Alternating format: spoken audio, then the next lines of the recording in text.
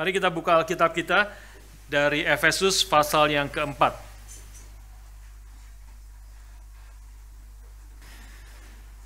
Saya akan bacakan bagi saudara sekalian Efesus pasal yang keempat ayat 11 sampai 14. Kita masih terus melanjutkan eksposisi kita dari kitab Efesus. Kira-kira sudah 7-8 bulan kita masuki membahas kitab Efesus, dan hari ini kita masuk ke dalam pasal yang keempat, ayat yang ke-11 hingga ayat yang ke-14. Saya bacakan bagi saudara-saudara sekalian.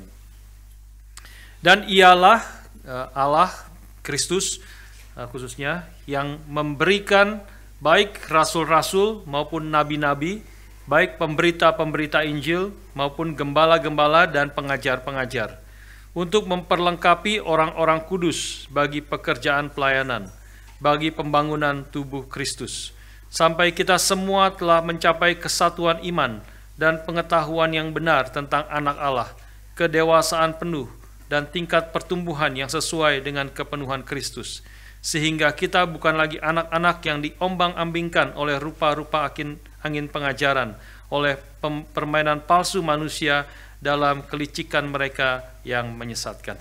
Mari kita berdoa sekali lagi, mohon pimpinan Tuhan. Bapa di surga, firman-Mu sudah kami baca dan kami sekarang siap untuk merenungkan, memikirkan, dan mendengarkan dengan sungguh-sungguh. Kami mohon Roh-Mu yang kudus yang menolong kami semua, baik hamba-Mu yang berbicara maupun setiap kami yang mendengar. Biarlah kami semua boleh dituntun, dipimpin oleh roh kebenaran, masuk ke dalam kelimpahan kebenaran firman-Mu. Dan kebenaran firman-Mu boleh menerangi hati kami, boleh membentuk pikiran kami, boleh mengarahkan seluruh hidup kami, sehingga hidup kami, baik pribadi lepas pribadi, maupun sebagai satu gereja-Mu, boleh hidup mempermuliakan Tuhan, berkenan kepada Tuhan, dan hidup sesuai dengan kehendak-Mu. Tuhan berkati dan pimpin kami pada pagi hari ini. Dalam nama Tuhan kami, Yesus Kristus, kami bersyukur, kami berdoa. Amin. Saudara sekalian, minggu lalu kita telah membahas beberapa ayat sebelumnya, dan khususnya kita membahas tentang bagaimana Kristus yang telah turun ke dalam dunia, menebus manusia, menyelamatkan umatnya, dan Kristus yang telah turun juga dia telah naik ke surga. Dia bangkit dan naik ke surga, duduk di sebelah kanan Allah, menyatakan kemuliaannya. Tetapi khususnya di dalam kitab Efesus juga menekankan bukan hanya menyatakan kemuliaan dia, tetapi juga dia naik ke surga dengan tujuan memberikan karunia-karunia bagi umatnya. Karunia-karunia yang kita perlukan untuk hidup di tengah-tengah dunia ini, karunia-karunia yang kita perlukan untuk saling membangun satu dengan yang lain, dan karunia-karunia yang kita perlukan untuk boleh menjadi saksinya di tengah-tengah dunia ini, melalui karunia Kristus yang diberikan kepada gerejanya, umatnya, pribadi lepas pribadi maupun secara bersama-sama, kita menjadi saksi Tuhan di dalam setiap bidang daripada hidup manusia. Dan Tuhan mengutus gerejanya di tengah-tengah dunia ini untuk menjadi saksinya, untuk memenuhi seluruh dunia ini dengan keindahan Kristus, seluruh dunia dengan kemuliaannya, seluruh dunia dengan kebenarannya, dengan bijaksananya, dengan kasihnya. Dalam seluruh apa yang kita kerjakan, Tuhan memberikan karunia supaya kita boleh menjadi saksinya dan memenuhi dunia ini dengan kehadiran daripada Kristus. Nah, saudara sekalian, hari Seninnya, itu minggu lalu kita membahas, hari Seninnya ada seorang yang kemudian mengirim satu grafik yang menarik kepada saya tentang pemenang Nobel Prize di dalam 100 tahun yang terakhir. Boleh dimunculkan gambarnya, satu grafik. Pemenang Nobel Prize di dalam 100 tahun yang terakhir. Ada muncul? Nah, ini dia. Ya, boleh di zoom in sedikit biar kita melihat lebih jelas. Nah, kalau sudah melihat yang birunya itu Nobel Prize Winners Worldview, ya, maksudnya agama atau worldview mereka. Nggak usah deh, mundur lagi, nggak kelihatan. Balik lagi ya. Nah, sudah cukup bisa melihat ya, 100 tahun yang terakhir. Dan yang biru itu adalah orang-orang Kristen. Ya, yang biru itu ada di dalamnya ada pemenang dari chemistry, physics, medicine, economics, literature, dan seterusnya. Itu ada detailnya ya, ditulis di sampingnya yang biru itu ya, itu orang-orang Kristen. Ya, itu misalnya 72%, chemistry 65%, dan seterusnya. ya, fisik dan seterusnya. Kalau sudah melihat di zoom out lagi, itu kira-kira orang yang mendapat Nobel Prize selama 100 tahun yang terakhir itu kira-kira 65% itu adalah orang-orang Kristen. 65% itu orang Kristen. Dan kira-kira mungkin 15% adalah orang-orang Yahudi, Jews, ya, yang abu-abu itu, ya, Jews. Dan kemudian sekitar 10% orang ateis, agnostik, dan yang lainnya sedikit-sedikit mungkin 5%, 3% itu Buddhis, Muslim, Sintoisme dan sebagainya. Ya, kita bersyukur kepada Tuhan, ya. Ibu yang mengirim ini mengatakan, dia membaca akan grafik ini, dia teringat khotbah kemarin, ya, kemarin bahwa bagaimana Tuhan memberikan karunia-karunia kepada orang-orang Kristen, pada anak-anaknya untuk mempermuliakan Tuhan di dalam segala bidang hidup manusia dan untuk menjadi berkat bagi umat manusia. Kita bersyukur kepada Tuhan untuk hal itu. Hari ini saudara-saudara sekalian, kita akan merenungkan di dalam ayat 11 sampai 14, tapi khususnya mungkin 11 sampai 12 saja, yaitu bagaimana karunia-karunia apa saja yang Tuhan berikan secara khusus kepada gerejanya, sehingga gerejanya itu boleh menjadi saksi di tengah-tengah akan dunia ini. Dan dengan cara apa Kristus itu memberikan karunia-karunia ini kepada gereja. Nah, kita akan melihat akan dua pertanyaan ini, dan bagaimana Tuhan bekerja di dalam gerejanya bertujuan dengan karunia-karunia yang Dia berikan. Saudara sekalian, yang pertama kita melihat ayat yang ke-11 tadi. Dan ialah Kristuslah yang memberikan baik rasul-rasul maupun nabi-nabi, baik pemberita-pemberita Injil maupun gembala-gembala dan pengajar-pengajar. Jadi yang pertama yang kita lihat di sini, karunia yang besar yang Tuhan berikan kepada gereja adalah rasul-rasul dan nabi-nabi. Yaitu rasul-rasul dan nabi-nabi ini adalah satu bagian yang khusus yang sebelumnya juga beberapa ayat di dalam Efesus sudah membahas. Ini adalah berbeda dengan ketiga jabatan yang lain. Rasul-rasul dan nabi-nabi adalah karunia Tuhan yang Tuhan berikan kepada gereja yang menjadi fondasi daripada gereja. Ya, kita sudah melihat sebelumnya, mungkin boleh kita lihat lagi pasal 2 ayat 19-20, boleh dimunculkan. Pasal 2 ayat 19-20, ayatnya boleh dimunculkan. Ada? Sudah siap? Belum siap? Saya bacakan bagi saudara sekalian, ya. Pasal 2 ayat 19 dan 20. Di situ dikatakan bahwa demikian kamu bukan lagi orang asing dan pendatang, melainkan kawan sewarga dari orang-orang kudus dan anggota-anggota keluarga Allah yang dibangun di atas dasar para rasul dan para nabi dengan Kristus Yesus sebagai batu penjuru. Ya, ini adalah khususnya ayat yang kedua, yang dibangun di atas dasar para rasul dan para nabi. Rasul dan nabi itu adalah menjadi fondasi daripada gereja di mana Kristus Yesus sebagai batu penjuru. Di dalam ayat yang selanjutnya, pasal 3 ayat 4 sampai 5 juga mengatakan hal yang mirip sebenarnya. Pasal 3 ayat 4 belum siap, ya. Belum siap. Oke, saya bacakan bagi saudara sekalian. Yang lain harap nanti disiapkan yang saya sudah daftar yang sudah saya kasih, ya. Pasal 3 ayat 4 dan 5. Di situ dikatakan, apabila kamu membacanya, kamu dapat mengetahui, membaca apa yang Paulus sudah tuliskan, ya. Kamu dapat mengetahui daripadanya pengertianku akan rahasia Kristus yang pada zaman angkatan-angkatan dahulu tidak diberitakan kepada anak-anak manusia, tetapi yang sekarang dinyatakan di dalam Roh kepada rasul-rasul dan nabi-nabi yang kudus. Nah, itu adalah kita melihat, itulah karunia yang pertama, karunia yang besar yang Kristus berikan kepada gerejanya untuk pembangunan tubuh Kristus adalah, pertama adalah para rasul dan para nabi yang menjadi fondasi yang tidak diulang lagi, dan mereka adalah orang-orang yang menerima yang disebut sebagai special revelation. Ya, nabi-nabi merepresentasikan perjanjian lama dan rasul-rasul merepresentasikan perjanjian baru. Tuhan yang memberikan nabi-nabi dan rasul dan kemudian menuliskan Alkitab menjadi fondasi daripada gerejanya. Dan kemudian ini adalah mereka menerima special revelation yang diberikan khusus kepada mereka dan tidak kepada tiga jabatan yang lain. Ketiga jabatan yang lain adalah orang-orang karunia Tuhan berikan kepada gereja yang memberitakan, yang mengajar akan berdasarkan special revelation dari para rasul dan para nabi yang secara khusus Tuhan telah berikan kepada gereja di dalam perjanjian lama dan perjanjian baru. Yang kedua kita melihat di sini kemudian kelompok yang kedua adalah penginjil, ya, pemberita-pemberita Injil maupun gembala-gembala dan pengajar-pengajar.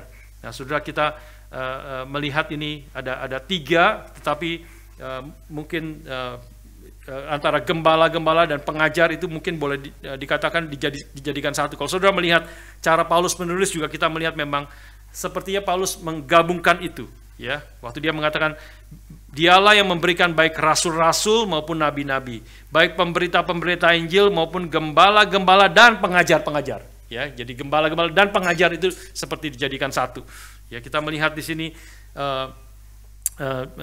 seluruhnya diberikan Tuhan dengan tujuan, ayat 12 sampai 14, ayat 12 saya bacakan bagi saudara. Semuanya diberikan untuk memperlengkapi orang-orang kudus bagi pekerjaan pelayanan bagi pembangunan tubuh Kristus.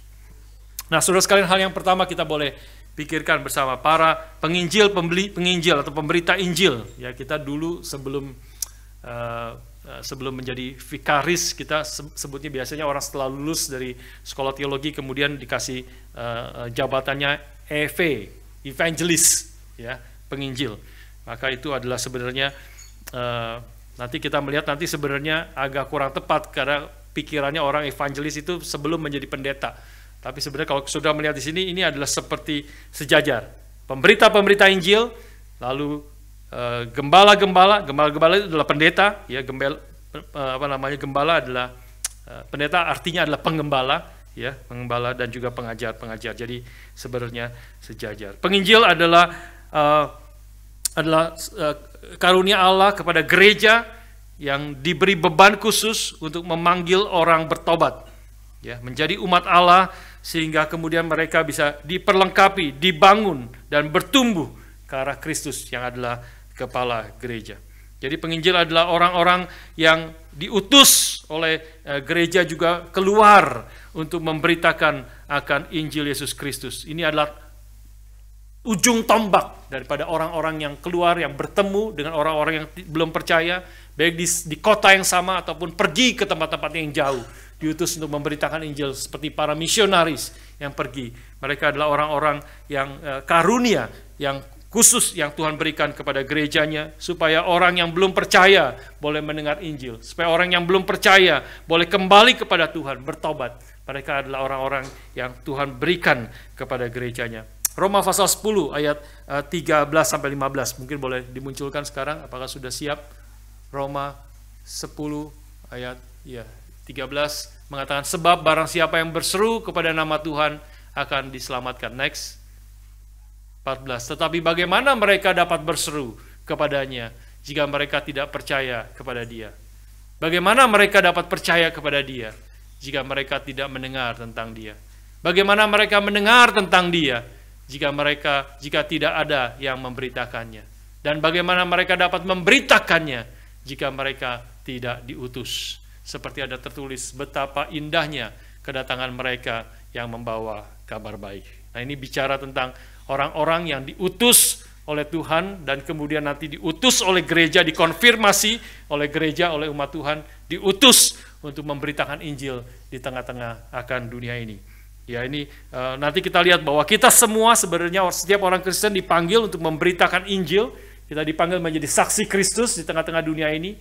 Ketika Tuhan Yesus berkata kepada murid-muridnya, pergilah jadikan seluruh bangsa muridku. Ya, dan di dalam Markus bicara tentang beritakan Injil. Kan, pergilah jadikan seluruh bangsa muridku. Maka sebenarnya itu perintah bagi semua orang Kristen yang Tuhan berikan kepada kita. Tetapi ada orang-orang yang khusus, orang-orang yang secara khusus diberi beban yang khusus, diberi kemampuan khusus, sehingga mereka punya beban yang khusus untuk pergi memberitakan Injil secara penuh waktu, dimanapun mereka ada. Secara khusus mereka pergi untuk memberitakan Injil, menjadi saksi Tuhan, menjadi misionaris. Kita semua dipanggil untuk memberitakan Injil, tapi tidak semua kita dipanggil menjadi penginjil ataupun para misionaris di tengah-tengah dunia ini. Jadi ini adalah karunia yang besar yang Tuhan berikan kepada gereja Tuhan, yaitu para penginjil-penginjil.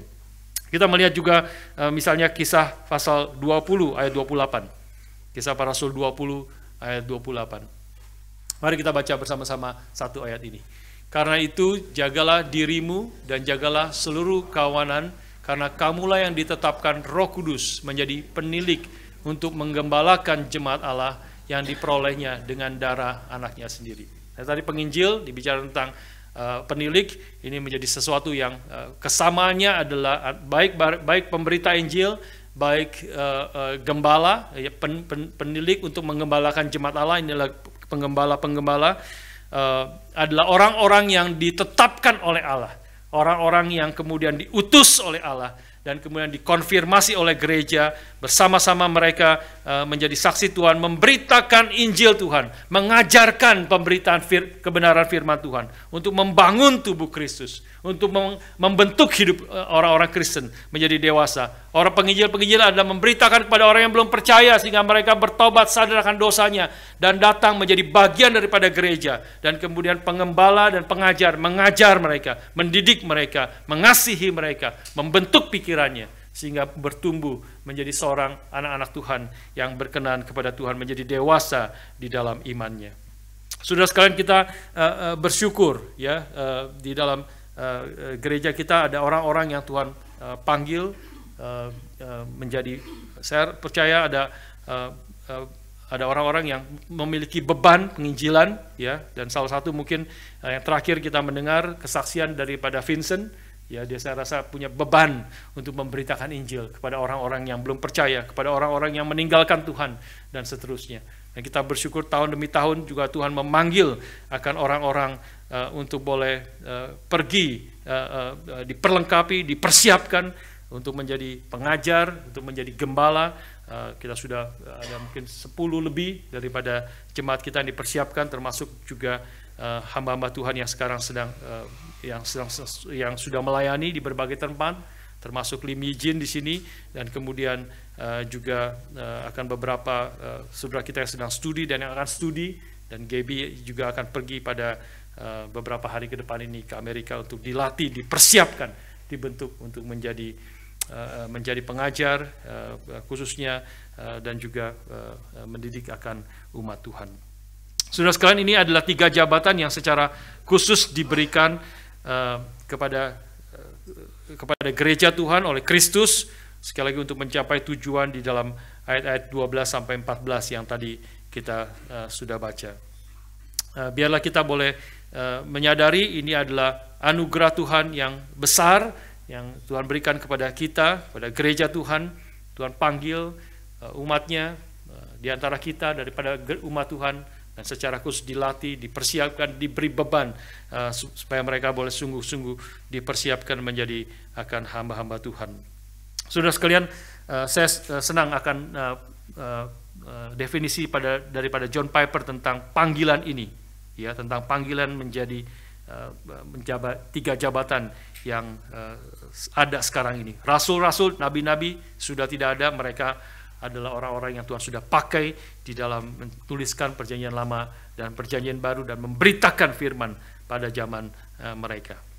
Tapi sekarang dalam zaman ini Tuhan masih memanggil pemberita-pemberita Injil, gembala-gembala, dan pengajar-pengajar. Ya, John Piper memberikan definisi tentang panggilan ini seperti demikian. Panggilan Allah adalah suatu desakan hati yang tidak bisa ditahan, yang terjadi berulang-ulang kali di dalam hati orang itu, berdasarkan pergumulan dengan firman Tuhan dan bergumul di dalam doa, dan kemudian dikonfirmasi oleh gerejanya. Untuk desakan itu adalah untuk melihat bahwa Kristus dipermuliakan, orang-orang diselamatkan dan dibawa kepada kedewasaan yang penuh melalui pekerjaan kita. Nah, itu saya rasa definisi yang baik ya bagi setiap kita. Sekali lagi, panggilan Allah bagi 3 jabatan ini adalah suatu desakan hati yang tidak bisa ditahan, yang terjadi, ini pasti pekerjaan Roh Kudus, yang terjadi berulang-ulang kali, bukan sekali-kali, bukan waktu KKR, waktu emosional maju ke depan dan menyerahkan diri, setelah itu sudah lupa. Ya, itu kadang-kadang hanya bersifat emosional, tetapi ini desakan hati yang terus-menerus Pekerjaan Tuhan, setiap kali membaca firman, setiap kali ikut kebaktian, setiap kali ikut dalam persekutuan pemuda dan sebagainya, setiap kali ada tantangan, ada desakan hati, ada gerakan yang tidak pernah berhenti, yang kita coba padamkan, tetapi terus ada di dalam hati dan jiwa kita, yang tidak bisa ditahan, yang terjadi berulang kali, berdasarkan apa? Pergumulan dengan firman, bukan emosional, bukan angan-angan sendiri, tetapi bergumul dengan firman. Dan kemudian bergumul dengan Tuhan di dalam doa tentang panggilan ini. Dan kemudian dikonfirmasi oleh gereja. Bukan pribadi saja, tetapi dikonfirmasi bahwa memang hidupnya berkenan kepada Tuhan. Hidupnya menjadi berkat bagi banyak orang. Dia bergumul, dia sungguh-sungguh mau melayani. Tidak ada orang Kristen yang tidak pernah melayani, tidak pernah menjadi berkat, tiba-tiba mau masuk sekolah teologi. Dari mana itu tiba-tiba muncul, gitu ya? Tidak ada seperti itu. Pasti ada dia di dalam hidupnya sebagai orang Kristen terlebih dahulu. Dia bertumbuh, dia mengenal Tuhan, dia bergumul dengan firman, bergumul dengan doa, dia melayani, menjadi berkat to some extent kepada orang-orang sekitarnya, dan dia mempunyai kerinduan hati untuk Kristus boleh dipermuliakan, orang-orang boleh diselamatkan, dan dibawa kepada kedewasaan yang penuh melalui pekerjaan kita. Saudara sekalian, kalau ada orang-orang yang seperti demikian, kita bersyukur. Dan saya katakan tadi mungkin belasan di antara pemuda-pemudi kita yang sudah menyerahkan diri menjadi hamba Tuhan.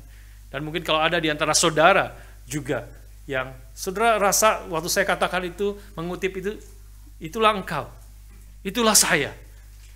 Ada desakan hati yang tidak pernah berhenti. Ya, bukan emosional, tapi ada desakan hati yang terus-menerus. Dan sudah melayani, sudah jadi berkat, dan dikonfirmasi oleh teman-teman saudara, oleh gereja, oleh hamba Tuhan, oleh pimpinan gereja, bahwa memang kau adalah orang yang cocok untuk pergi. Ya.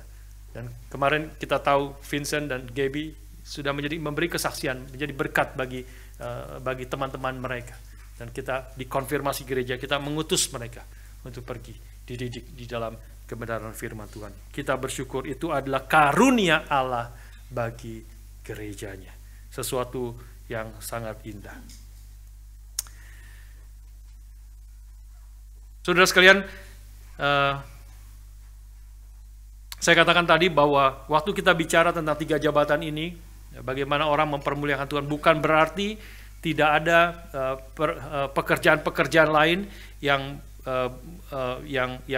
berkenan kepada Tuhan, bukan berarti hanya 3 pekerjaan ini yang Tuhan inginkan bagi umatnya, tidak. Ya, kita tahu di dalam gereja Tuhan dan banyak prinsip firman Tuhan yang lain yang mengatakan, dan khususnya juga di dalam bagian yang hari ini kita bahas, ini adalah pengajar, penginjil, pengajar, gembala adalah karunia khusus yang Tuhan berikan kepada gereja dengan tugas yang sudah dinyatakan di sini untuk memperlengkapi orang-orang kudus bagi pekerjaan pelayanan, bagi pembangunan tubuh Kristus. Nah, tetapi yang diperlengkapi adalah orang-orang kudus, semua orang-orang kudus diperlengkapi untuk melayani, untuk pekerjaan pelayanan dan juga membangun tubuh Kristus. Artinya banyak pelayanan yang berbeda-beda, ya. Tetapi ini adalah tugas khusus, khususnya penginjil membawa orang belum percaya kembali kepada Tuhan, dan pengajar, penggembala menggembalakan, mendidik mereka untuk memperlengkapi mereka untuk melayani. Melayani di mana? Di segala bidang, di segala bidang, ya. Seperti tadi saya katakan bahwa kita semua dipanggil untuk memberitakan Injil. Jadi setiap kesempatan ada, kita boleh menjadi saksi Tuhan melalui pekerjaan kita juga. Dan melalui kesempatan bicara kepada teman-teman sekeliling kita, kita boleh menjadi saksi daripada Kristus. Demikian juga pengembala. Pengembala adalah, kita semua sebenarnya dipanggil to some extent untuk mengembalakan. Mengembalakan artinya kita memperhatikan orang lain, mengasihi orang lain, kita artinya membangun orang lain.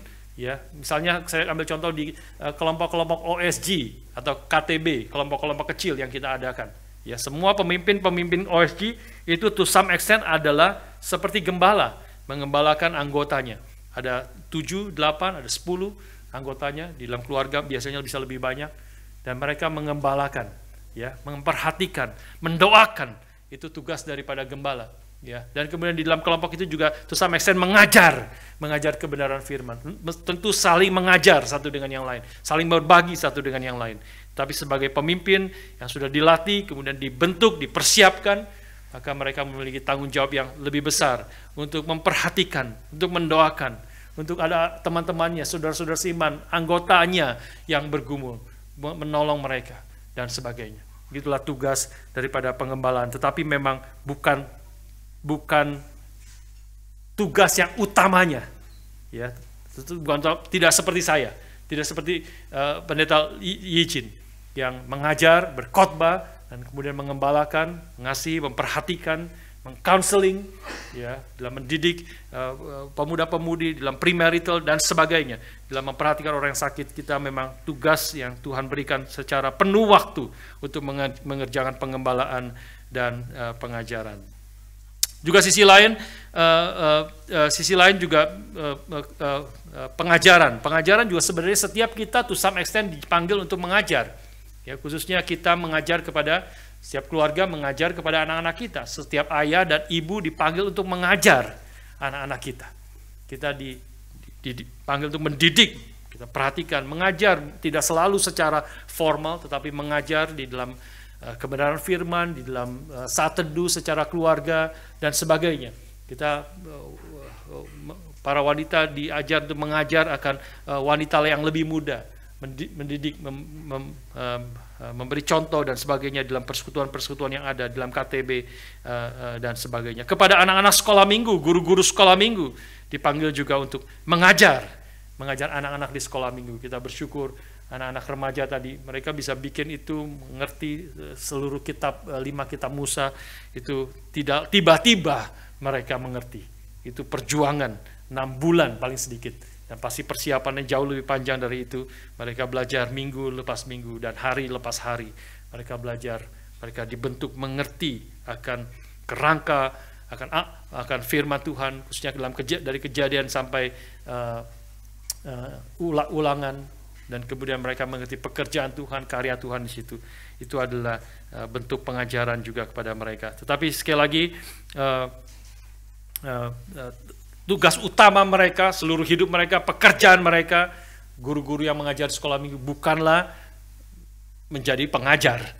Itu bukan yang utamanya, itu some extent mengajar, tetapi ada orang-orang yang khusus yang Tuhan berikan untuk mengajar akan firman Tuhan, untuk memberitakan firman Tuhan, untuk mendidik akan umat Tuhan supaya kita boleh diperlengkapi dan kemudian untuk pekerjaan pelayanan bagi pembangunan tubuh Kristus. Ini saudara sekalian yang kita perlu mengerti, dan kita bersyukur bersama-sama untuk segala karunia yang Tuhan berikan kepada kita di dalam gerejanya. Saya sendiri misalnya sharing, ya, misalnya tentang mungkin saya Limijin juga hampir sama, ya. Kita terutama saya melihat, saya mengerti Tuhan memanggil saya untuk menjadi penggembala pengajar, ya, penggembala pengajar. Nah, ini memang sedikit beda dengan penginjil, ya, penginjil. Tetapi sekali lagi bukan berarti kita tidak memberitakan Injil, ya. Kita bersyukur misalnya seperti VBS kemarin, dalam kesempatan-kesempatan yang Tuhan berikan, kita memberitakan Injil.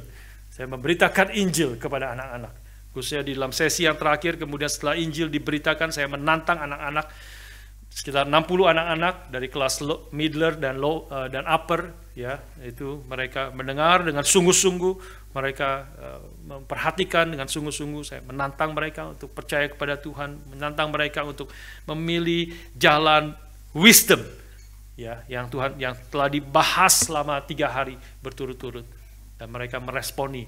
Mereka hampir semua mengangkat tangan untuk boleh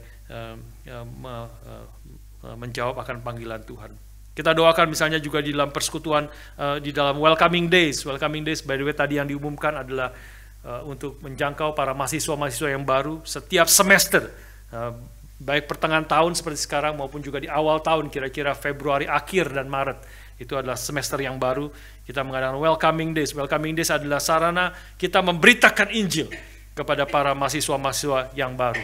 Kita memberitakan Injil sesuai konteks pergumulan daripada para mahasiswa, orang-orang muda, supaya Injil diberitakan dan membawa mereka kembali kepada Tuhan, dan kemudian masuk ke dalam gereja Tuhan dan dididik, digembalakan, dan bertumbuh menjadi dipersiapkan untuk pekerjaan pelayanan dan bertumbuh menjadi semakin serupa dengan Kristus. Kita bersyukur untuk hal itu. Dan kalau kita melihat kesatuan, misalnya saya kasih ajak satu ayat di dalam Markus pasal 6 ayat 34 untuk kita boleh melihat akan memang Tuhan Yesus memaksudkan akan kesatuan panggilan antara sebagai pendeta dan pengajar. Markus 6 ayat 34 mengatakan, ketika Yesus mendarat, ia melihat sejumlah besar orang banyak, maka tergeraklah hatinya oleh belas kasihan kepada mereka, karena mereka seperti domba yang tidak mempunyai gembala. Nah, bicara tentang gembala, domba yang tidak bergembala. Lalu mulailah ia mengajarkan banyak hal kepada mereka. Ya, bagian daripada mengembalakan adalah mengajar kebenaran firman Tuhan. Mengembala, mengajar itu dua hal yang bersatu sebenarnya di dalam berkait erat di dalam pelayanan atau pekerjaan pengembala dan pengajar. Dan kalau kita melihat tujuan yang dikatakan dalam ayat 13-14, kita juga melihat di situ kaitan yang erat antara pengajar atau pengembala dan pengajar. Sampai kita semua telah mencapai kesatuan iman. Ya. Ini diberikan tujuannya sampai kita diajar, diperlengkapi, ayat 13, tujuannya sampai kita semua telah mencapai kesatuan iman dan pengetahuan yang benar tentang anak Allah. Ada pengetahuan di situ, diajarkan kebenaran, pengetahuan yang benar tentang Allah. Kedewasaan penuh dan tingkat pertumbuhan yang sesuai dengan kepenuhan Kristus. Sehingga kita bukan lagi anak-anak yang diombang-ambingkan oleh rupa-rupa angin pengajaran. Kita mengerti pengajaran yang benar. Dan kita tidak diombang-ambingkan oleh segala pengajaran yang salah, oleh permainan palsu manusia dalam kelicikan mereka yang menyesatkan. Ini adalah tugas daripada pengajar, penggembala, mendidik akan umat Tuhan menjadi orang-orang yang dewasa di dalam Tuhan. Saudara sekalian, bagian terakhir kita akan melihat ayat yang ke-12 secara khusus. Ya, dan ke-12 secara khusus di situ dikatakan Tuhan memberikan semua rasul-rasul nabi dan gembala pengajar, ayat 12, untuk memperlengkapi orang-orang kudus bagi pekerjaan pelayanan, bagi pembangunan tubuh Kristus. Kita melihat tiga hal di situ, ya. Jadi semua karunia Tuhan berikan ini, gembala pengajar, pertama adalah untuk memperlengkapi, artinya mempersiapkan, preparation of workers, persiapan untuk para pekerja-pekerja ini, umat Tuhan, orang-orang kudus, memperlengkapi mereka. Yang kedua, untuk apa? Memperlengkapi bagi apa? Bagi pekerjaan pelayanan. Ini adalah perbuatan pelayanan itu sendiri. Dan yang ketiga adalah goalnya. Untuk apa? Bagi pembangunan tubuh Kristus. Nah, tiga hal secara singkat kita boleh renungkan bersama-sama sebagai bagian terakhir dari renungan kita hari ini. Yang pertama adalah memperlengkapi, ya, memperlengkapi, to equip or to prepare. Artinya ini kata yang dipakai adalah to equip atau to prepare adalah mempersiapkan jala sebelum orang mau menjala itu dipersiapkan. Jala yang rusak itu diperbaiki, dijahit kembali, ya, memperbaiki yang rusak. Itu kata yang dipakai di sini. Artinya memperlengkapi orang-orang kudus, artinya mempersiapkan atau melatih dan membentuk akan umat Tuhan, membentuk pemikirannya, membentuk cara berpikir, membentuk hatinya, hati orang yang melayani, memiliki motivasi yang benar, dan melatih akan skill, mempersiapkan, memperlengkapi akan orang-orang yang melayani. Itulah yang kita kerjakan, dan juga saya dan Yijin menjadi gembala hamba Tuhan yang melayani bersama-sama dengan penatua, bersama-sama dengan pengurus, dan juga orang-orang yang melayani. Kita bersama-sama mempersiapkan akan umat Tuhan. Setiap orang, setiap umat Tuhan, orang kudus, yang disebut orang kudus adalah setiap orang Kristen.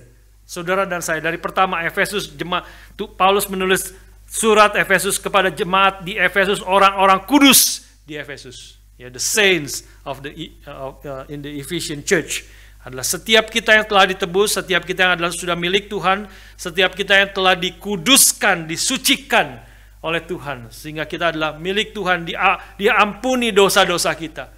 Kita adalah milik Tuhan yang telah dipisahkan, itulah dikuduskan, dipisahkan menjadi alat di tangan Tuhan yang boleh mempermuliakan nama Tuhan. Nah, gembala dan pengajar diberikan untuk memperlengkapi, mempersiapkan akan itulah yang kita kerjakan di dalam dari kecil, dari anak-anak, ya, melalui semua guru-guru sekolah minggu dan semua yang terlibat di dalam pelayanan, dan kemudian di dalam pemuda remaja, dan kemudian pemuda pengajaran, dibentuk cara berpikir, dibentuk hati untuk melayani, dibentuk akan motivasi kehidupan, diperlengkapi, dipersiapkan untuk boleh melayani. Dan yang kedua, bagi pekerjaan pelayanan, the actual work, pekerjaan pelayanan itu sendiri, kita semua juga dipanggil untuk melayani.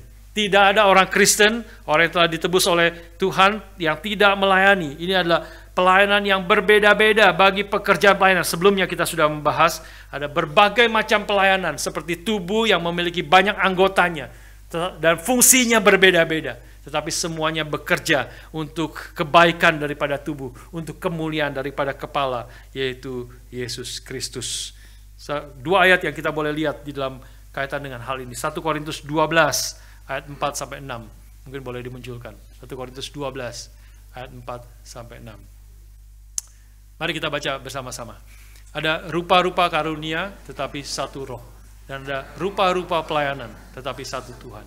Dan ada berbagai perbuatan ajaib, tapi Allah adalah satu yang mengerjakan semuanya dalam semua orang. Ya, ada berbagai macam karunia, ada berbagai macam pelayanan. Berarti Tuhan memberikan kemampuan-kemampuan yang berbeda-beda di antara kita. Tetapi semuanya adalah untuk melayani seperti Kristus telah melayani kita. Markus 10 ayat 45 mengatakan demikian. Markus 10 45. Karena anak manusia juga datang bukan untuk dilayani, melainkan untuk melayani, untuk memberikan nyawanya menjadi tebusan bagi banyak orang.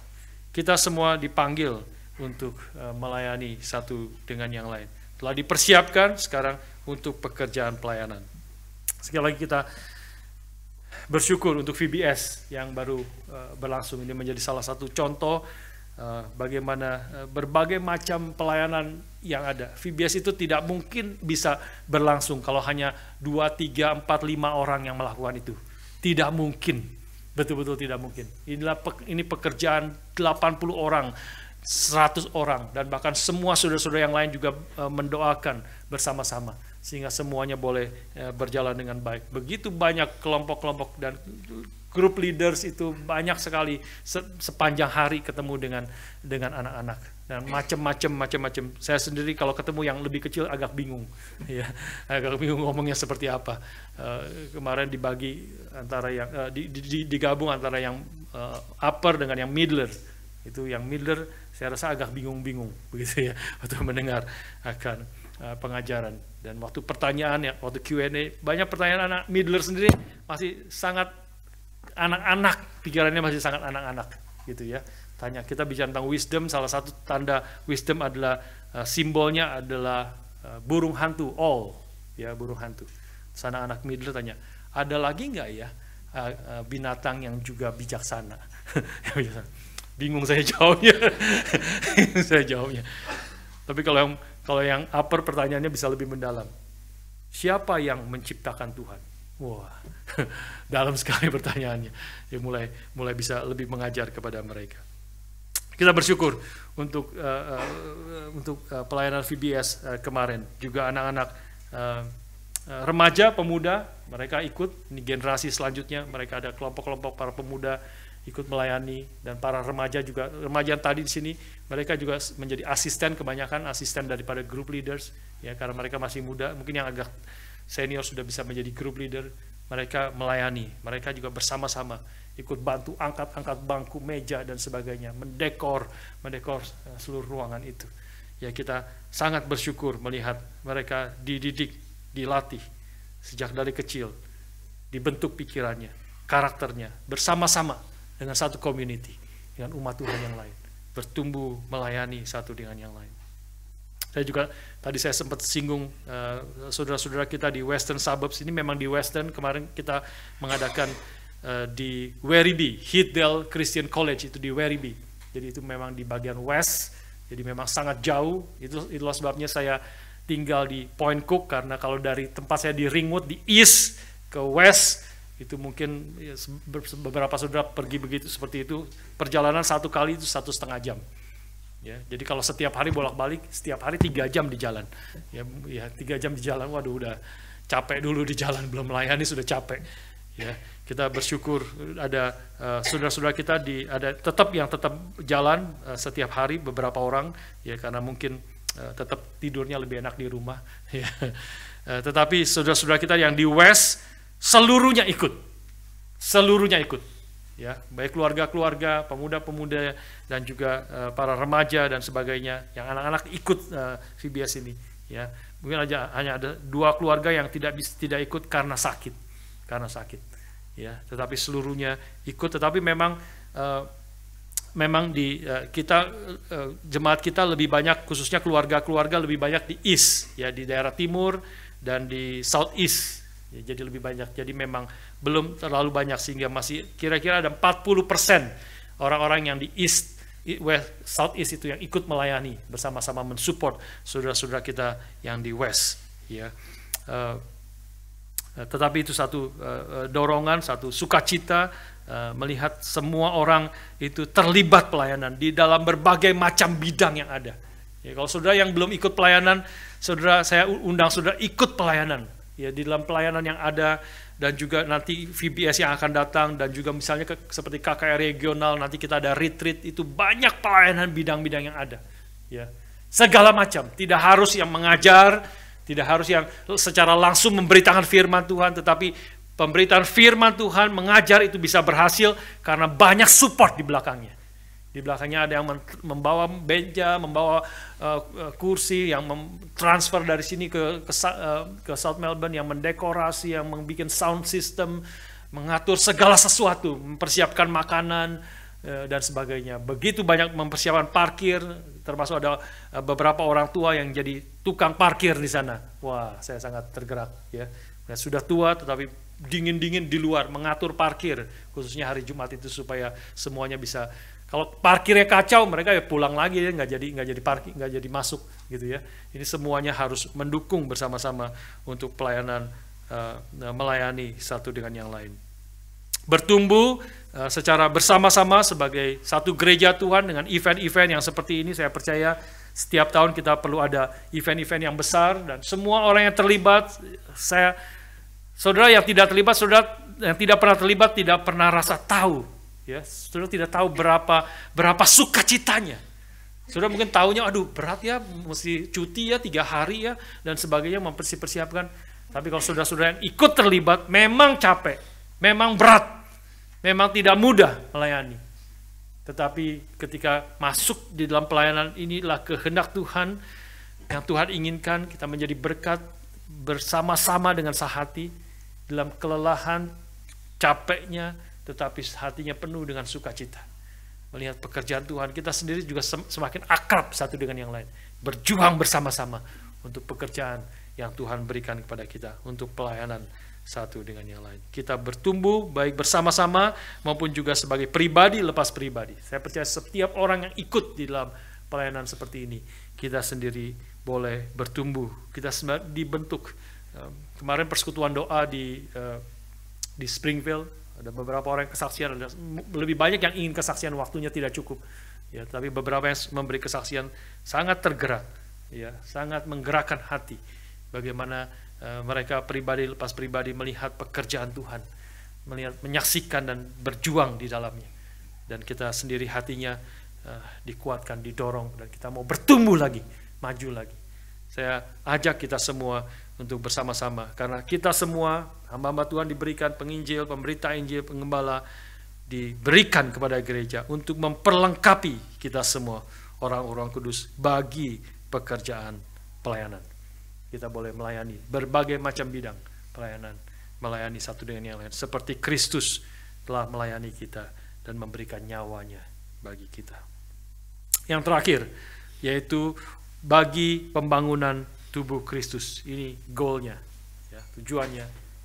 Pembangunan tubuh Kristus. Nanti minggu-minggu depan kita akan bahas lebih detail, ayat 13 dan 14. Tapi hari ini saya akan sebut dengan singkat ciri-ciri akan orang-orang yang pembangunan tubuh Kristus ini harus ada apa? Waktu kita, supaya kita boleh bertumbuh iman kita, bertumbuh akan karakter kita, bertumbuh akan kedewasaan kita, menjadi semakin serupa dengan Kristus. Pengetahuan kita yang benar. Yang pertama adalah, saudara sekalian, perlu ada pengertian tentang kebenaran firman Tuhan.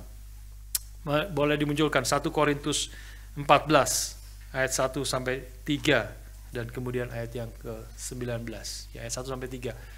Paulus mengatakan di sini, kejarlah kasih itu dan usahakanlah dirimu memperoleh karunia-karunia roh, terutama karunia untuk bernubuat. Bernubuat ini sangat mirip dengan berkhotbah, mengajar berkhotbah. Ya. Siapa yang berkata-kata dengan bahasa roh tidak berkata-kata kepada manusia tetapi kepada Allah. Sebab tidak ada seorang pun yang mengerti bahasanya.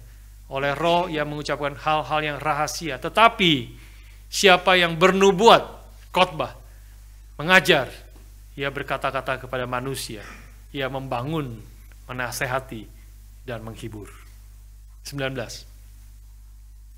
Tetapi dalam pertemuan jemaat aku lebih suka mengucapkan 5 kata yang dapat dimengerti untuk mengajar orang lain juga daripada beribu-ribu kata dalam bahasa roh. Jadi Paulus mengkontraskan, ya, pentingnya bahasa roh dengan pentingnya mengajar, bernubuat, memberitakan firman Tuhan.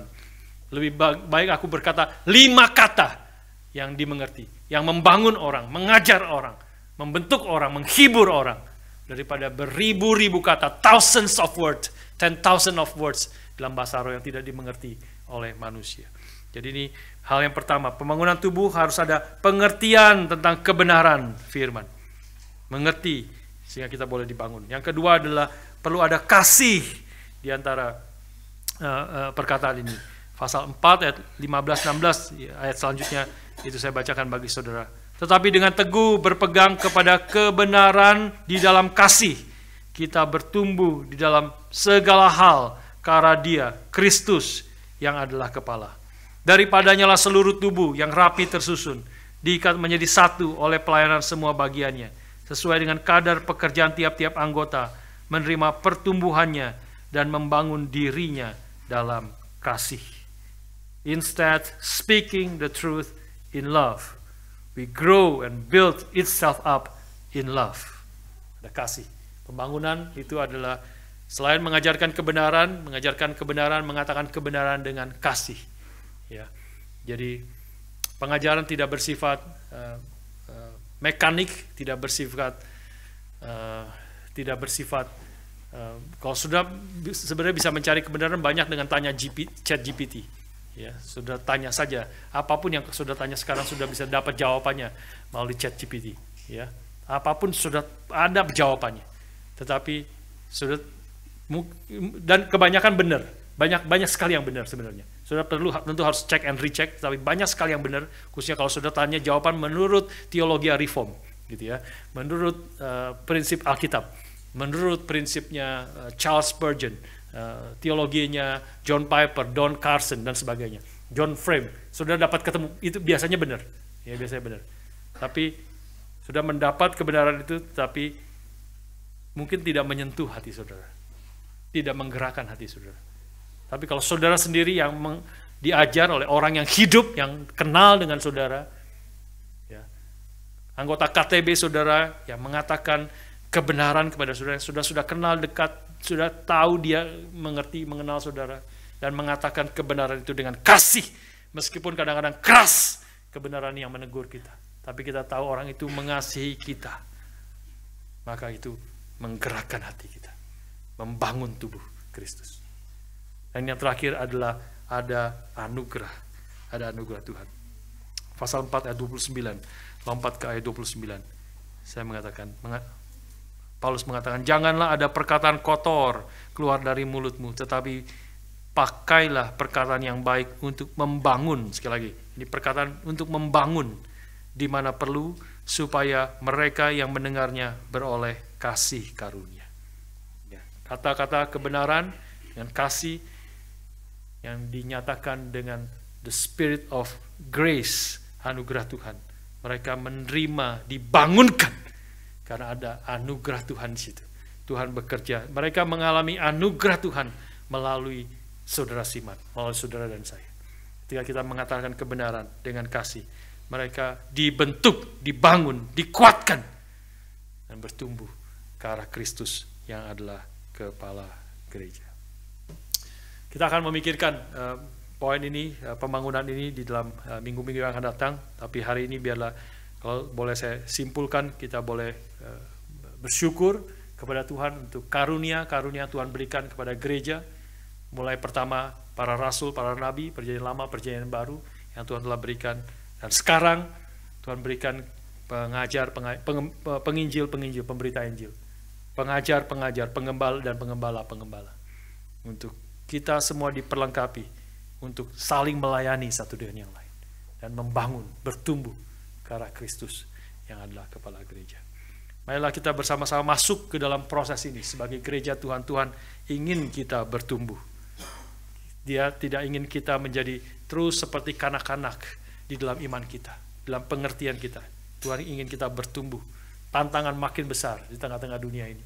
Ya, ada banyak kesibukan dan tantangan di dalam kehidupan kita.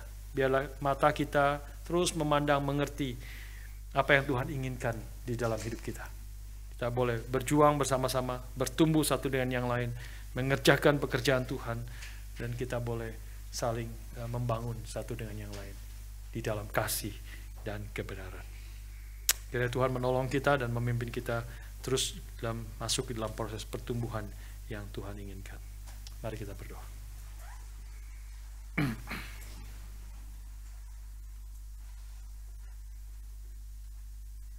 Bapa di surga, kami sekali lagi bersyukur untuk setiap kebenaran yang boleh kami renungkan pada pagi hari ini. Kiranya Roh-Mu yang kudus yang terus bekerja di dalam hati kami, memimpin kami, mengingatkan kami akan setiap kebenaran firman yang boleh kami renungkan dan yang Kau telah nyatakan di dalam firman-Mu. Tolong kami menjadi satu gereja yang bertumbuh ke arah Kristus, mengerjakan apa yang menjadi tugas pelayanan yang Kau percayakan kepada kami. Dan biarlah masing-masing dari kami juga boleh bertumbuh semakin dewasa dalam iman kami, dalam kebenaran kan firman-Mu, dalam kasih kami kepada Engkau, pada satu dengan yang lain. Tuhan berkati dan pimpin kami semua. Di dalam nama Tuhan kami Yesus Kristus kami bersyukur, kami berdoa. Amin.